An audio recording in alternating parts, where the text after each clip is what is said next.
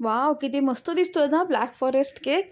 सोप्या पण simple tips वापरून आज तुम्हाला मी सांगणार आहे की black forest cake tasty, moist आणि सुंदर कसा तुम्ही बनवू शकता. सुरू करूया.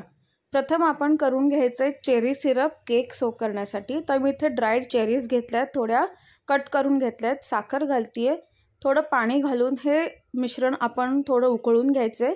खूप आटवायचं नाही आहे, थोडं उकळून घ्यायचं आहे आणि एक 10 मिनटं उकळल्यानंतर आपण गार करून घ्यायचं.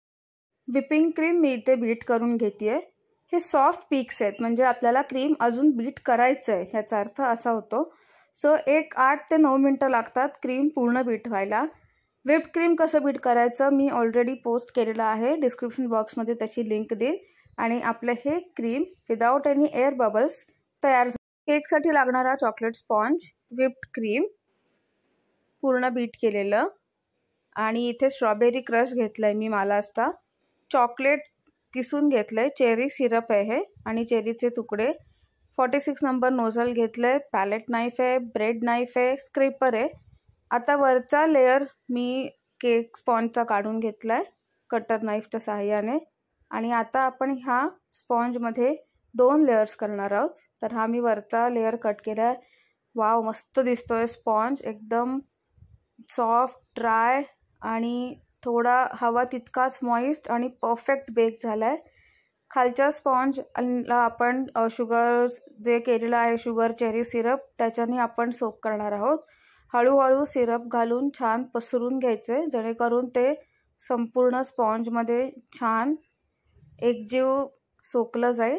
आणि त्यावर थोडं व्हिप क्रीम घालून आपण पॅलेट नाईफ आणि टर्न टेबलच्या सहाय्याने क्रीम एकसारखं लावून घेणार आहोत. नंतर मी ह्याच्यावरती स्ट्रॉबेरी क्रश घालते थोडा, आणि हा स्ट्रॉबेरी क्रश घातल्यानंतर पुन्हा आपण पॅलेट नाईफने तो छान स्प्रेड करून घेतोय. आता जे चेरीज आपण सोक केलेले होते तेच चेरीचे तुकडे आपण ह्याच्यामध्ये घालायचे आहेत, म्हणजे ते सॉफ्ट पण असतात आणि ह्याची टेस्ट खूप वेगळी लागते खाताना. त्याचबरोबर थोडेसे जो चॉकलेट आपण कंपाऊंड जे किसून घेतलंय ते घालायचं, जेणेकरून ह्याची टेस्ट एनहान्स होते. अशाच पद्धतीने मी बाकीचे लेयर्स पण करून घेते. बाकीचे लेयर करण्याआधी मधल्या गॅप्स आहेत त्या आपण फिल करून घेतोय, आणि अशाच पद्धतीने बाकीचा लेअरसुद्धा मी केकचे पूर्णपणे करून घेईन. म्हणजे व्हिप्ड क्रीमचा लेअर झाला, त्याच्यावरती आपण स्ट्रॉबेरी क्रश आणि चेरी घालून आता हा फायनल लेअरला मी क्रम कोटिंग करून घेतलेला आहे पूर्ण. आता आपण फिनिशिंग करूया केकचं. तर साईड्सपासून सुरुवात करायची फिनिशिंग करण्यासाठी. थिक लेअर घ्यायचा आहे व्हिप्ड क्रीमचा, आणि टर्न टेबलच्या सहाय्याने हलक्या हाताने आपण क्रीम लावायचं आधी साईड्सना. ते आपण छान एकजीव स्प्रेड करून घ्यायचं आहे, आणि मग मी वरती टॉपला व्हिप्ड क्रीम लावून घेणार आहे. आणि अशा पद्धतीने तुम्ही बघू शकता मी कसं क्रीम अप्लाय करते. स्क्रेपरच्या सहाय्याने आपण आता केकला फिनिशिंग देणार आहोत.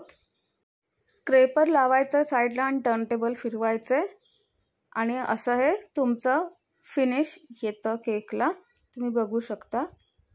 अशा पद्धतीने आपण छान साईडला प्लेन फिनिश झालेला आहे देऊन, आणि वरती सुद्धा आपलं एक्स्ट्रा क्रीम होतं ते सगळं पॅलेट नाईफने काढून आपला हा छान फिनिश केक तयार झालेला आहे. हे बघा, साईडनी आणि वरनं कुठलेही त्याच्यामध्ये लेयर्स नाही आहेत, काही नाही आहे. आणि आपण आता हा केक आपल्या केक बेसवरती ट्रान्सफर. आता इथे केकला डिझाईन करताना हे क्रीम थोडंसं ड्राय झालं आहे, तर स्पॅच्युलाच्या साहाय्याने फेटून हे क्रीम आपल्याला स्मूथ फिनिशचं आणायचं आहे, कारण आपण त्याच फिनिशिंगचं आपल्याला डिझाईन येणार आहे. तर मी 46 नंबरचं नोझल इथे वापरलेलं आहे, आणि प्लेन आपण जशी चकली करतो तशीच रोजेट आपण छोटे छोटे या 46 नंबरच्या सहाय्याने केलेले आहेत. कसे करायचे नोझल, पाइपिंग टेक्निकचा व्हिडिओ ऑलरेडी अपलोडेड आहे, प्लीज तुम्ही बघा, आणि लिंक डिस्क्रिप्शन बॉक्समध्ये नक्की देईन.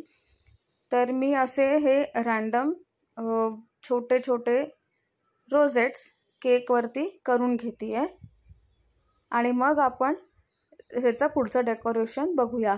सिम्पल डेकोरेशन आहे, पण केक खरंच खूप उठून दिसतो आणि करायला सोपं आहे, त्यामुळे सगळ्यांना खूप आवडतो.